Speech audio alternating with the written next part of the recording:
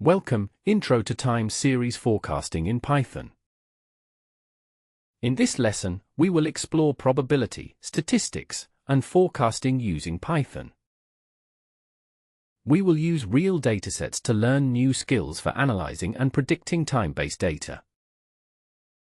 No prior knowledge is needed. Let us get started and have fun. Running the cell now.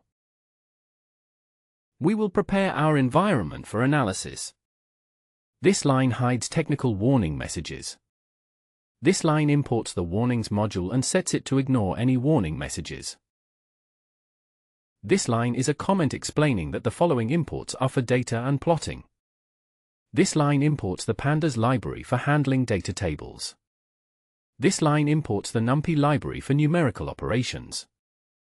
This line imports matplotlib's pyplot module for creating plots and charts. We set the random seed to 42 for reproducibility. This line enables plots to be shown inline within the notebook. Running the cell now. This code sets up the environment for time series forecasting by importing key libraries like pandas, NumPy, and matplotlib, and suppresses warnings to keep the notebook clean. Though it produces no direct output, this step is essential for preparing your workspace to handle data analysis and visualization smoothly in later lessons. Notice how these imports will support loading datasets, numerical operations, and plotting time-based trends. Now we are ready to load and explore real data. Let us load a classic time series data example. How many airline passengers flew each month from 1949 to 1960? We describe what we are doing, data setup and loading. This stores the web address for the airline passengers data, so Python can download it. We read the data into a pandas table called df. This prints out how many rows and columns there are. Showing the first few rows of data helps us to see what it looks like. Running the cell now. This output shows the data set consists of 144 monthly records with 2 columns, month and passengers. Notice the time series nature, with dates in chronological order and passenger counts that we will analyze and forecast. This setup confirms we have a well-structured time-based dataset to begin exploring time series forecasting. Try looking at different data samples by replacing .head with .tail to see the last few months. Let us turn our data into a simple line chart. We create a heading for this step. Making a larger area for the plot helps us see patterns more clearly. A line chart tells the story of passenger counts over months. Each point is a month. The chart now gets a helpful title at the top. This sets a label for the horizontal axis, which shows time. The up and down axis label lets us remember we are looking at passenger numbers. We turn the month labels to fit better under the chart. This step makes our chart tidy, so nothing is squished. Now we show the finished line plot. Running the cell now. This line plot visualizes the monthly airline passenger counts from 1949 to 1960, showing clear seasonal patterns and overall upward trends. Notice how the number of passengers increases over time with regular peaks, which hints at seasonality, an important concept for time series forecasting. This initial plot helps us understand the data's structure before applying forecasting models. Can you spot patterns such as growth or repeating cycles? Write them down as you watch. What is a time series? A time series is data collected over a sequence of time points. For example, daily temperatures or monthly sales. Time series analysis helps us to track changes, spot trends, and make predictions for the future. Running the cell now. Let us begin with a basic idea from probability. If you flip a coin 10 times, what do you expect? We will try probability with a coin flip experiment. Setting the seed makes results repeatable for everyone. This line simulates 10 coin flips with an equal chance for heads or tails. We can see the results in a list of 10 coin flips. Running the cell now. This output shows the result of simulating 10 random coin flips, each with an equal chance of landing on heads or tails. Notice the sequence and distribution of outcomes, which mimic real-life randomness in time series data. This sets the stage for understanding how time series combine individual events over time to reveal patterns or trends. Try changing the number of flips to 100. What patterns do you notice? Descriptive statistics help us summarize data. Let us see how our passenger numbers look. Now we will use summary numbers instead of looking at every point.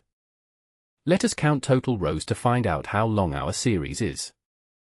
This is the average number of passengers per month. We find the month with the least passengers. We find the month with the most passengers. Running the cell now.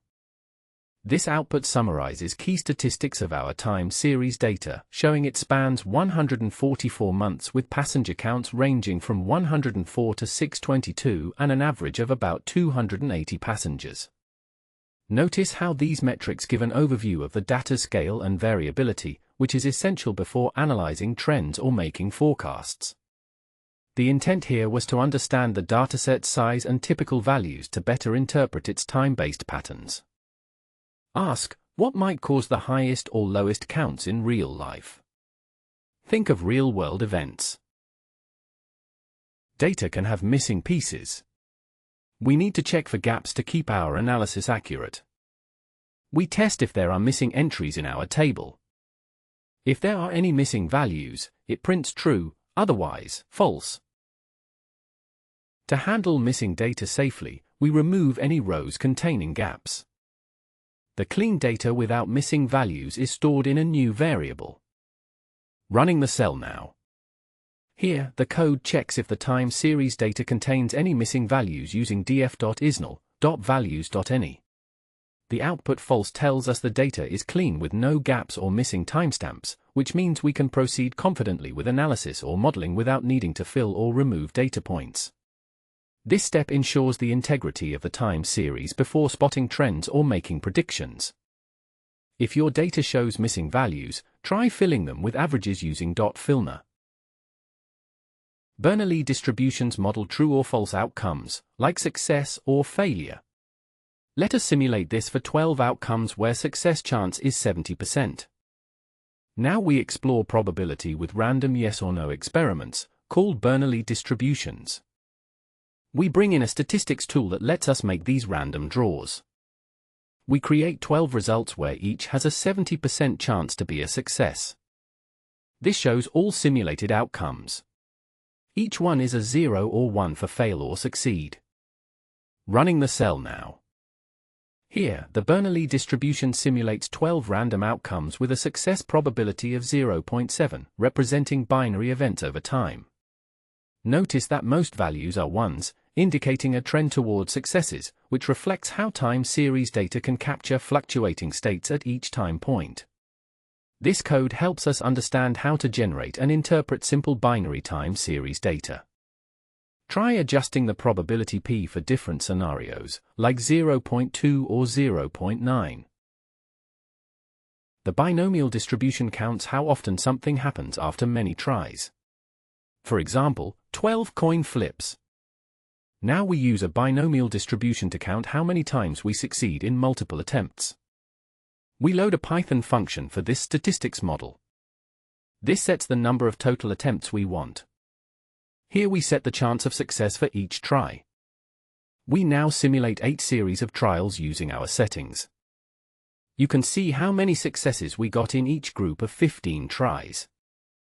Running the cell now. Here, the code generates 8 random samples from a binomial distribution representing the number of successes in 15 trials with a 60% chance of success each time.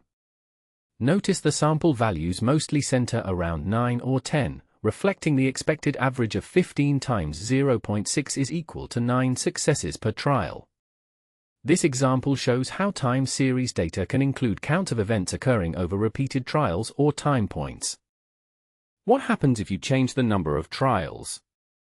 Test and observe. Normal distributions are common in nature and business. Let us make and visualize some. Here we will see what continuous, bell-shaped data looks like in a histogram.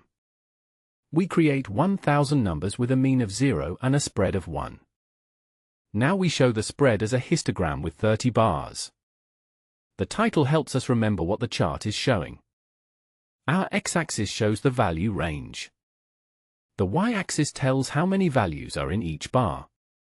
Now we view our bell-shaped pattern.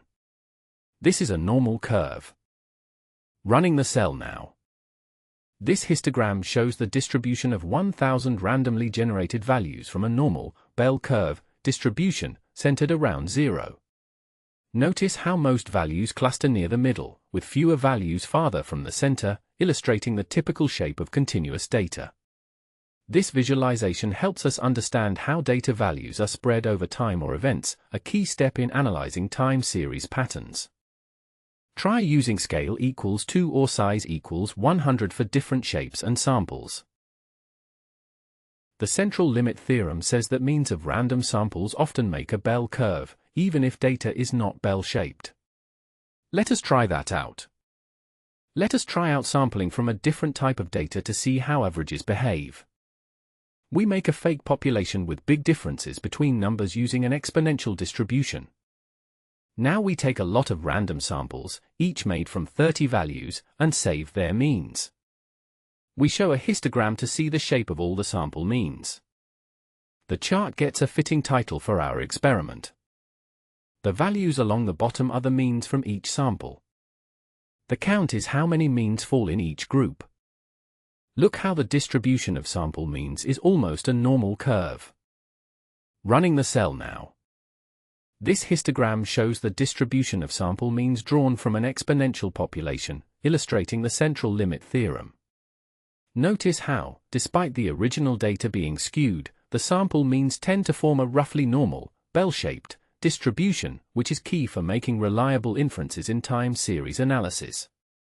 This helps us understand how averaging over time points can reveal stable trends from noisy data. This idea helps us make confidence intervals and trust experiments.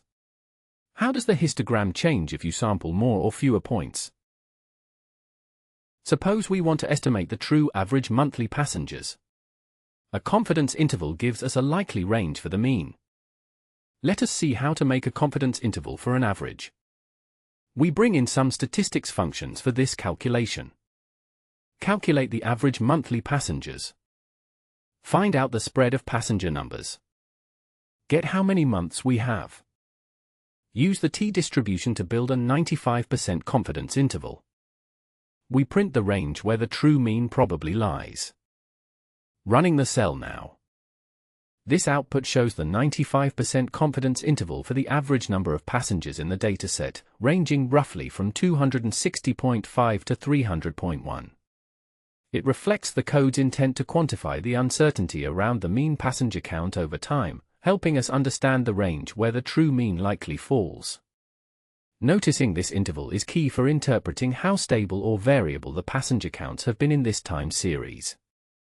Try changing 0.95 to 0.99 and notice how the interval becomes wider. Let us check if there was real growth in the average number of passengers before and after 1955. Now we try a hypothesis test to compare early and later years. We pull out all months before 1955. We get all months from 1955 onward. We run a statistical test to see if the means are truly different. A small p-value suggests a real change, not just luck. Running the cell now. This output shows a very small p-value, indicating a statistically significant difference in the number of passengers between the early period, before 1955, and the later period, 1955 and after. The test confirms that passenger numbers grew over time, supporting the lesson's focus on analyzing trends in time series data to understand changes across different time segments. If the p-value is below 0.05, the difference is considered significant. What does your result say? Correlation and covariance tell us how two variables move together. Let us test time against passenger counts. This cell finds out if time and number of passengers are linked. Create a simple number for each month so we can measure with math. Calculate how close time and passenger counts rise and fall together. This is between -1 and 1. Get the raw strength of their connection, without scaling. This is covariance. Show the correlation value.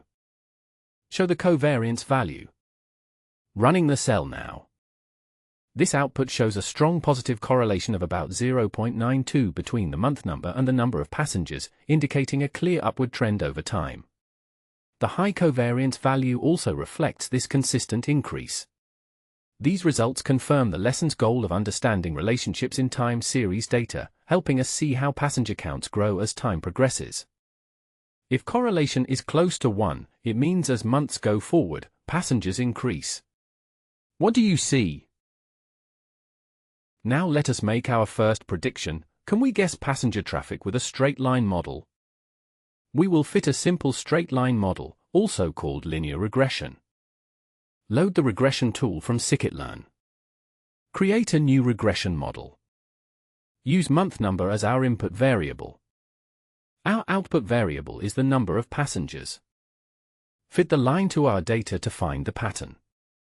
Predict how many passengers the model expects for each month. Draw actual values as one line. Add the predicted values as a second, smoother line. Show a legend to tell apart real and predicted lines. Add a title explaining what model and data we are seeing. Label the bottom axis by month since the start. Label the side axis as number of passengers. Now let us take a look at the chart. Running the cell now. This plot shows the actual number of passengers over time, by month, alongside the line predicted by our simple linear regression model. Notice how the predicted values form a straight line, illustrating the model's attempt to capture the overall trend in passenger growth. This helps us understand how linear regression can be used to model and forecast time series data based on its temporal sequence. How well does the line follow the real data? Think of ways to improve predictions later. Sometimes we predict categories, like who lived and who did not on the Titanic. Logistic regression helps with choices like yes or no. Logistic regression is used here to predict survival on the Titanic dataset. Import the Seaborn library to access example datasets like Titanic. Load the Titanic dataset from Seaborn into a variable. Remove rows that have missing values for age or fare since they are needed. Import the logistic regression model from scikit-learn. Select age and fare columns as input features for the model. Select the survived column as the target variable to predict. Create a logistic regression model with a maximum of 200 iterations. Fit the logistic regression model using the selected features and target. Calculate the accuracy of the model on the training data. Print the accuracy score rounded to 2 decimal places. Running the cell now. Here, the output shows an accuracy of 0.66 for predicting Titanic passenger survival using age and fare as features in a logistic regression model. While this isn't a time series prediction, it previews how we use data trends, in this case, passenger data, to classify outcomes. This sets the stage for understanding how models analyze sequential time data in future lessons. Try adding more features to improve prediction accuracy, like gender or class. Next we return to time series. To check our predictions, we keep some months for testing at the end. This is called a train test split. It is time to try predicting future values by using only past data. Split our data so months before 1959 are for learning. Keep the very end for checking our predictions. Let us check how many months are in our training set. And how many months are in our test set. Running the cell now. This output shows the result of splitting the data into training and testing sets based on time, with 120 months in the training set and 24 months in the test set. Notice how the split respects the chronological order, using data before 1959 for training and data from 1959 onward for testing, which is crucial for maintaining the integrity of time series predictions. This step ensures the model learns from past data and is evaluated on future, unseen periods. Make your own splits by changing the date to see how prediction results change. A basic way to predict the future is using the average of the last several months. This is called a moving average. Now let us make a simple forecast to predict future months. We copy our test data so we can add predictions. Set the window to look back at 12 months, since our data is monthly. Compute rolling averages from the training period. This creates a smoother number. Take the most recent rolling average as our prediction for each test month. Use that average as the prediction in the test data. Plot the training data so we can compare. Plot the actual test data as a new line. Draw the straight line of our prediction across the test period. Show a legend so we know which lines are which. The title reminds us what method is being shown. Label the month axis at the bottom. Show the number of passengers on the left axis. Now let us see the results. Running the cell now. This plot shows the original passenger counts over time for both training and test periods, alongside a simple moving average forecast for the test months. Notice that the SMA prediction is a flat line equal to the last 12-month average from the training data, illustrating how this method smooths past data but does not capture trends or seasonality. This highlights the limitation of simple moving averages for forecasting beyond just the average level. Try changing the window size to 6 or 24 and see how prediction smoothness changes. More advanced models can learn patterns of change over time. ARMA is one famous choice for time series. This code uses ARMA, a forecasting model built for time series. We load the ARMA model from the Stats Models library.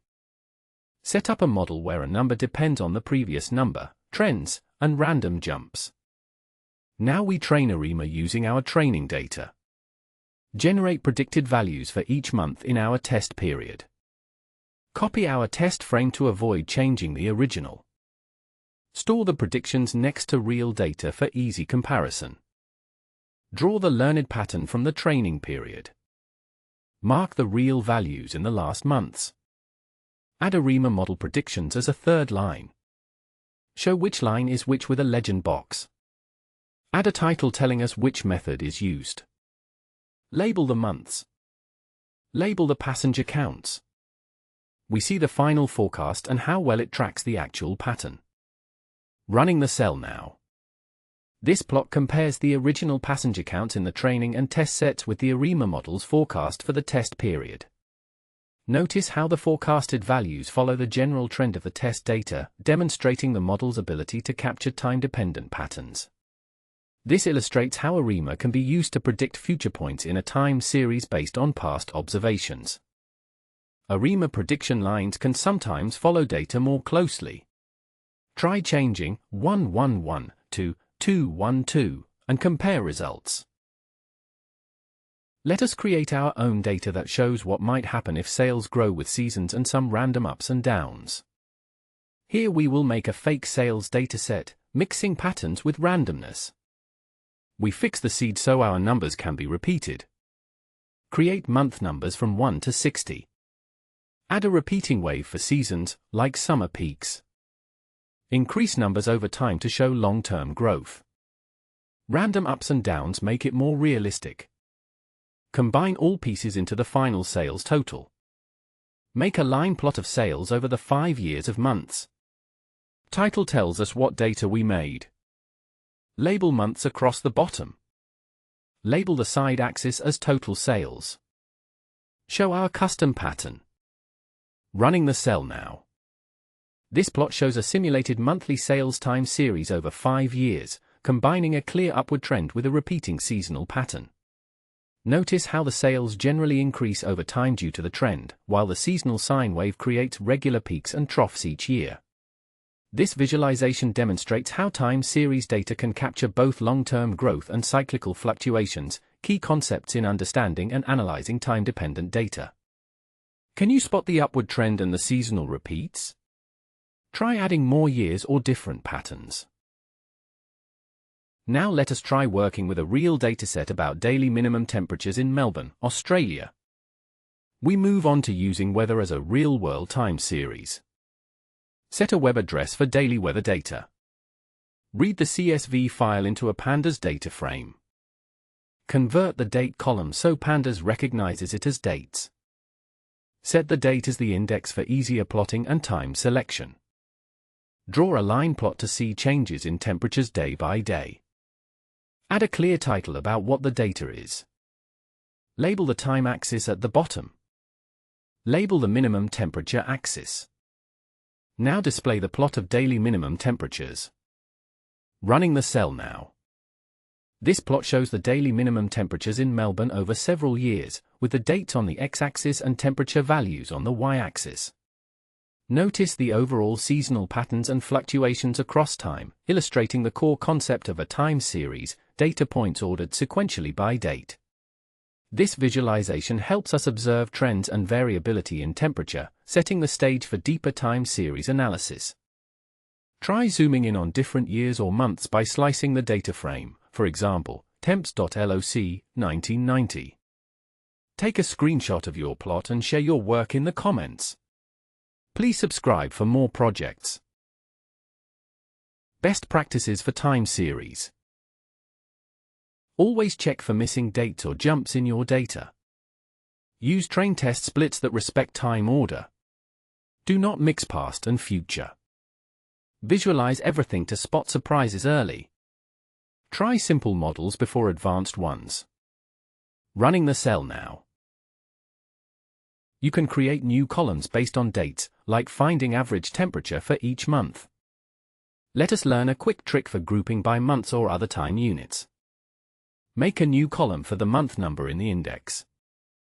Now we group data by each month and average temperature values. Print the monthly averages to spot seasonal patterns. Running the cell now.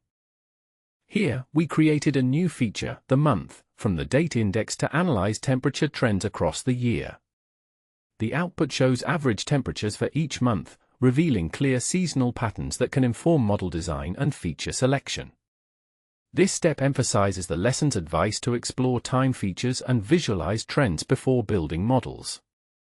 What other features could you make, like day of week or year? Challenge: can you predict today's temperature just using yesterday's temperature? Let us look for patterns. Let us make a new challenge that shifts our data by 1 day. Add a column for yesterday's temperatures by shifting down.